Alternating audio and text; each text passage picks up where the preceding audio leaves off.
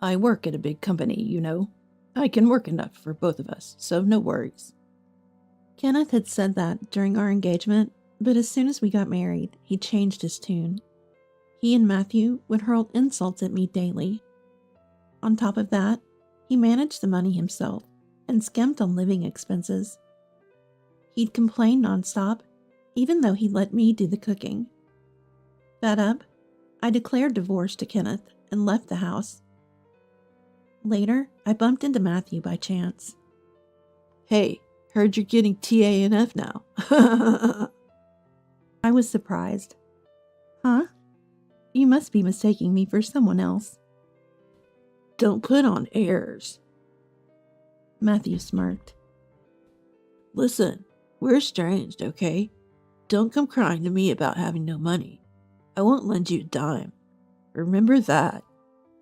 As I opened my mouth to retort, he had already disappeared into the crowd.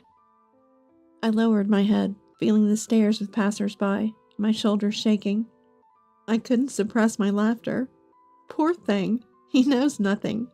I can't wait to see his reaction when he learns the truth. I'm Hannah, a 50-year-old housewife. I married Kenneth 5 years ago. When we met, Kenneth was the picture of a fine young man. We met at a gathering of acquaintances, and I found him fun to talk to and very friendly. As we parted, he said, I want to meet just the two of us next time. Feeling sad about saying goodbye, I agreed. When we started dating, he mentioned having a son named Matthew with his ex-wife, who was then in 5th grade. We dined together a few times. He was a bright and pleasant boy, just like his dad. A year later, on the night Kenneth proposed, I took a leap and opened up. You know, I live with my parents while working part-time, right? The company I joined right after graduating was a black company, and it wrecked my health. Is that so? It was tough to quit, too. I think long hours will be difficult for me in the future. Then, Kenneth smiled kindly. Don't worry about it. Just stay at home. Look, I work at a big company. I can work enough for both of us. Relieved by his words, I accepted his proposal. I was glad to have met a good man and believed we were starting a happy married life. I never imagined tasting despair in less than half a year. As we got used to living as a family of 3, Kenneth and Matthew's attitudes changed drastically. They started ridiculing my actions and words in a light tone. Mom, are you bedridden again? Where's my sandwich? Matthew frowned discontentedly as he came into the bedroom before school. I had participated in weeding at a nearby park yesterday and felt ill. It was an unusually hot day, and I had felt unwell since the day before. I had asked Kenneth, but he refused with an irritated look. Being a housewife must be nice. Slacking off all year? I need my days off, you know? Let me rest. Okay. Unable to get up the next morning due to pushing myself, I apologized to Matthew. Sorry, Matthew, I couldn't prepare your sandwich, so buy one at the grocery store. Handing him money, Matthew grumbled. Mom, can't you at least make a sandwich? You always take shortcuts with frozen food or leftovers. You're failing as a mom, if you can't even cook. His words stung. Don't blame Mom, Matthew. Kenneth joined in with a half smile as he passed the hallway. Since you skimped on the sandwich, tonight's dinner must be lavish. Oh, is that so? Then I'll look forward to it. Being a housewife, you should have plenty of time for dinner, right? You're not sleeping until the evening, are you? Make sure to clean thoroughly, without slacking. The two of them nonchalantly laughed at my poor condition, dropping their insensitive lines before leaving. As if I could prepare a lavish meal. Lying in bed and staring at the ceiling, I let out a heavy sigh. Because Kenneth is an extreme penny pincher. Despite being a section chief at a big company and earning a high salary, the living expenses he gave me were ridiculously low. It's my salary, so why should my wife manage it? After we married, Kenneth insisted on this, and I, not opposing, meekly followed. I believed it didn't matter who managed the finances as long as it was done properly. Then Kenneth got carried away and started spending money as he pleased. It's necessary for work. Drinking expenses are business expenses. It's essential. Using such reasons as an excuse, he would buy expensive clothes and watches for himself, but make a sour face even when I bought cheap snacks. Since he insisted that a housewife doesn't need an allowance, I had to report to Kenneth and get permission to spend money whenever I went to the hair salon or bought clothes. One pair of jeans is enough, isn't it? You're buying more?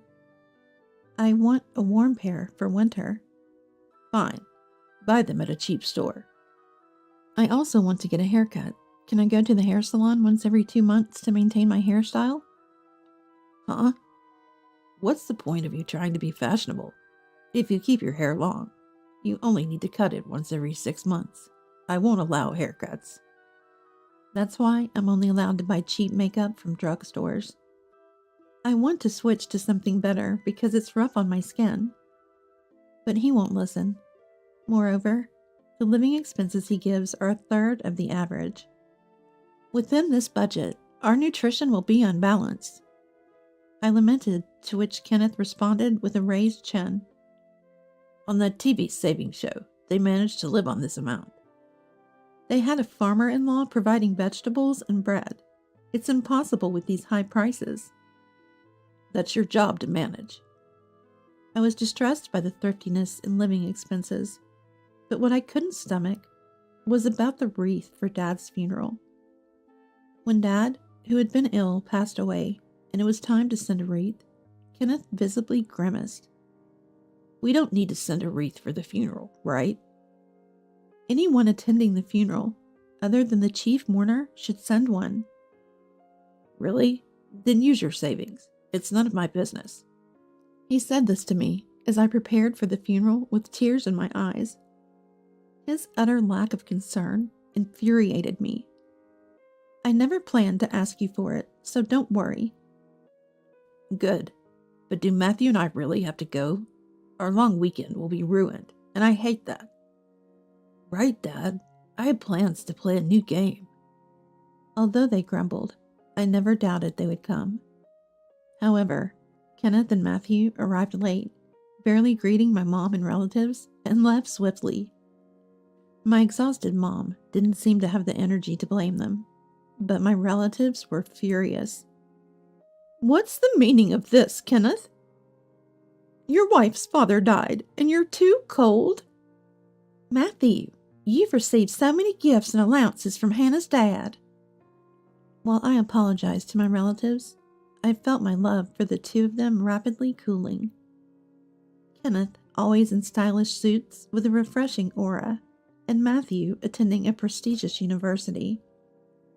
Well regarded as a handsome father and son in the neighborhood, they only hurled insults at me at home. They wouldn't come straight home after work or school, wandering around and returning with lipstick and perfume scents. Despite doing as they pleased, they treated me like a housekeeper, demanding lavish meals with a meager food budget.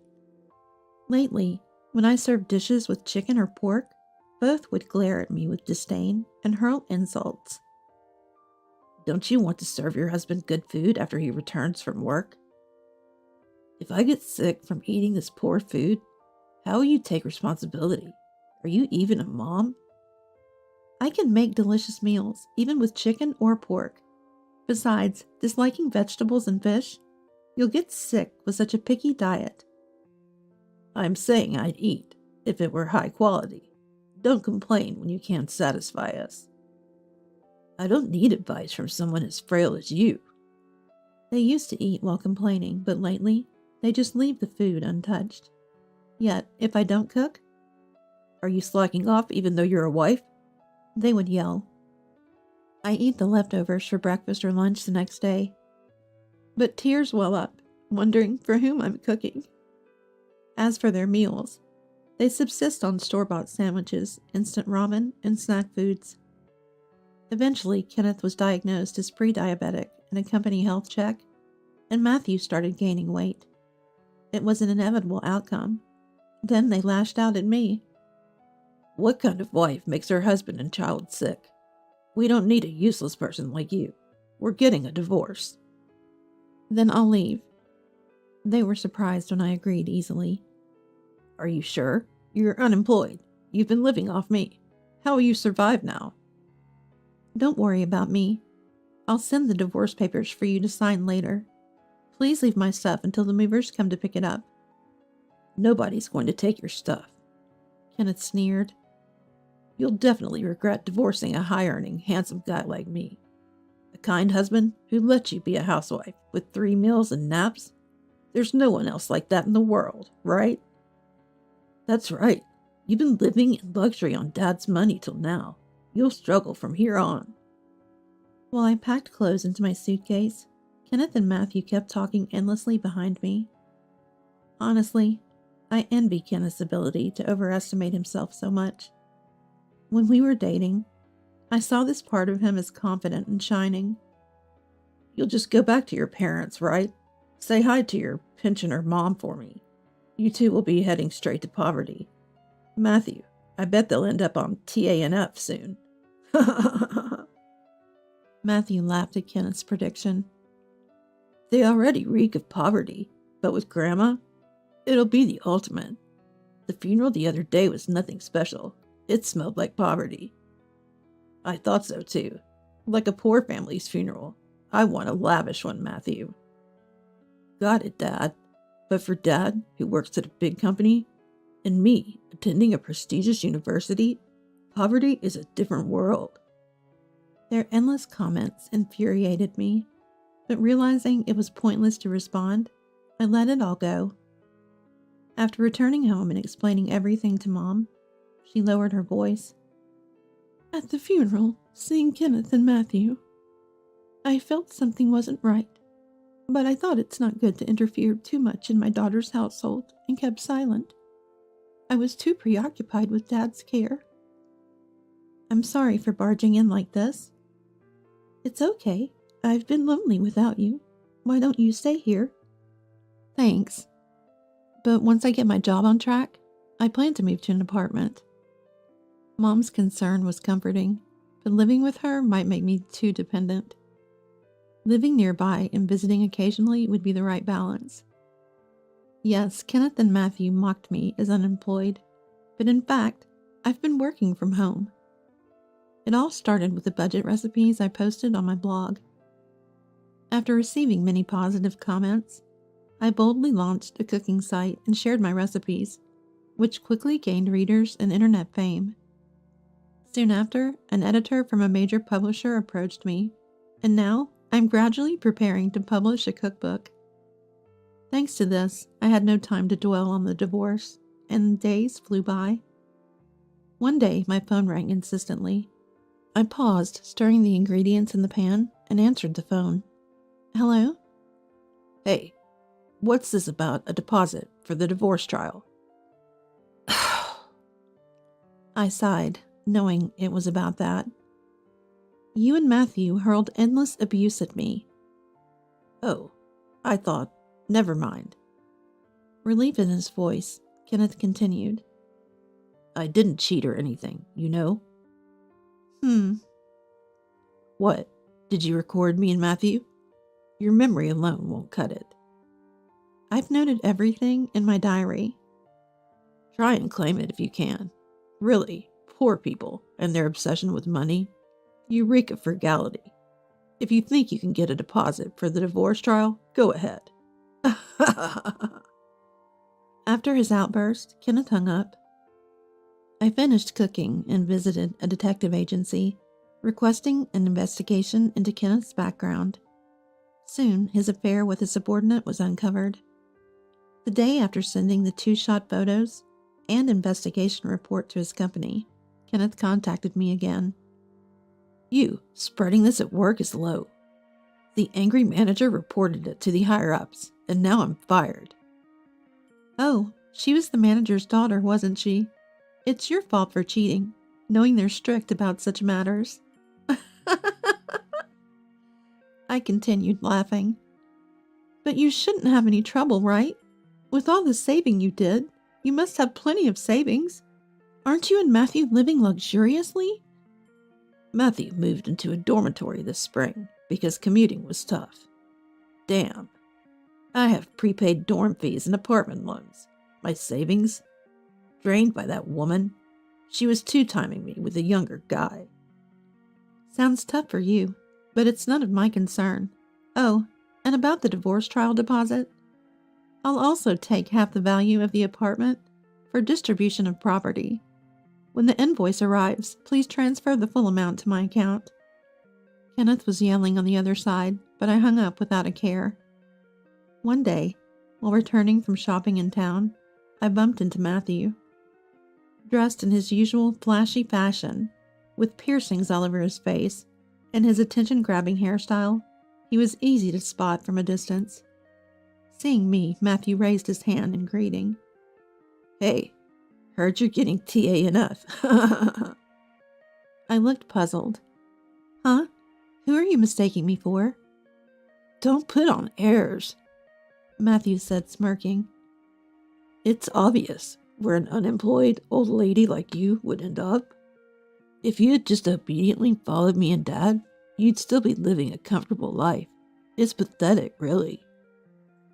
Angry, I couldn't help but retort. Receiving TANF is a citizen's right. Any one of us could need it someday, due to illness or an accident. It's wrong to look down on that. Yeah. So you're saying you're receiving it too? Matthew said, dismissing me with a smirk and pointing his finger at me. Listen, you and I are estranged.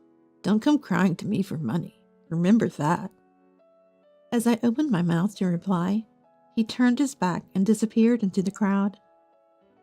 I lowered my head, conscious of the stares of passers-by, shaking my shoulders. I couldn't help but laugh. It was just too ridiculous. Poor thing, he knows nothing. I can't wait to see his reaction when he finds out the truth. A few days later, I woke up and checked my phone to find an unbelievable number of missed calls from Matthew. Reluctantly, I called back, and Matthew shouted at me furiously. You deceived me, old woman. What are you talking about? I heard from a cousin. You got 3 high-rise apartments from Grandpa's inheritance and are living a carefree life. Hiding that and getting a divorce is cowardly. That's my personal asset. Why should I have to tell you or Kenneth? It's joint property. You should have done a distribution of property with Dad during the divorce. Unfortunately, it became mine after the divorce procedures, so I can't give it to Kenneth. Officially, I knew from Dad's will that it would be mine, but I delayed the procedures until after the divorce because I didn't want to share it with Kenneth. Then Matthew shouted in frustration. A rich woman like you getting TANF? I'll report you to the authorities right now. Feel free. It's not me, but Kenneth who's receiving it. Matthew fell silent. What? I told you last time, it's not me. I explained as if speaking to a child. Honestly, even without the inheritance, I can live well. I have income from the cooking site and book sales I started in secret, but Kenneth, after spending all his money on his affair, had lots of payments piling up and was borrowing heavily. When his affair was discovered and he was fired, his income stopped. Are you listening? Dad's on TANF? No way. Ah! I pulled the phone away from my ear as Matthew screamed. Waiting for him to calm down, I continued. You really didn't know anything. He's too proud to tell his son. According to relatives he begged money from, he's behind on his apartment rent, facing eviction, and now stays at home all day in an old apartment. If you're worried, why don't you contact him? There was silence on the other side for a while. Then Matthew said resentfully, You're cold-hearted. After all Dad did for you, you have no intention of repaying the favor. If you have money, you should give some to Dad. Why should I? Ever since our marriage, It's been nothing but unpleasant memories. I don't feel indebted," I stated coldly. "If you're so concerned, why don't you, his son, lend him money? You're working part-time after all." I don't have savings. The part-time pay goes to, hanging out with friends and stuff. Matthew suddenly became evasive, and I smirked. "You've been living quite lavishly for a student. Borrowing money to hang out at clubs is not a good idea." How do you know that? "The other day in town, I saw you from across the street. After we parted, you met up with a girl at a club and entered a brand store arm in arm. Also, a club membership card was left at the house, and using my credit card for shopping without my permission is out of the question." Matthew stammered in response. That's unfair. You got high-rise apartments from Grandpa. Why don't I or Dad get a share? This is discrimination. Yeah. The credit card bill will be sent soon. Make sure you pay it." Before I could finish, the call was disconnected. Sighing, I ended the call too.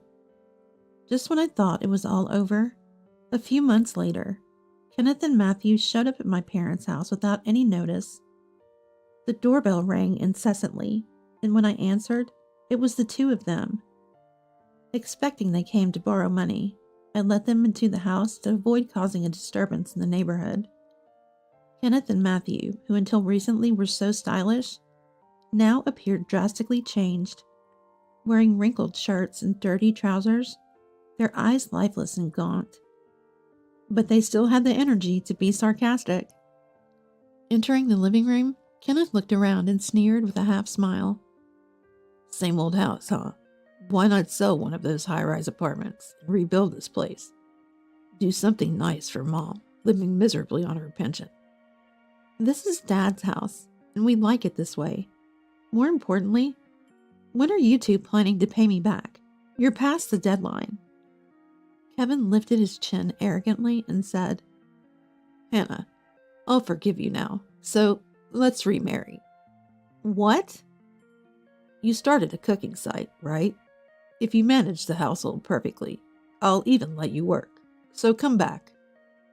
Such a generous dad, forgiving the wife who abandoned her husband and child. So Mom, why not live with Dad again? Living with just two women must be insecure. Stunned, I was speechless. After a moment, intense anger welled up inside me. "Don't joke with me. How much more do you plan to ridicule me?" Furious, I yelled at the astonished Kenneth and Matthew. "After treating me like nothing more than a housewife, hurling abuse, not providing proper living expenses, and then driving me out?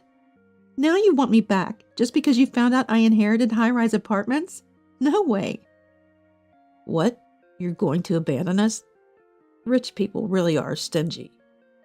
Knowing we're struggling with money and still demanding payment, you're heartless. You were poor yourself until recently.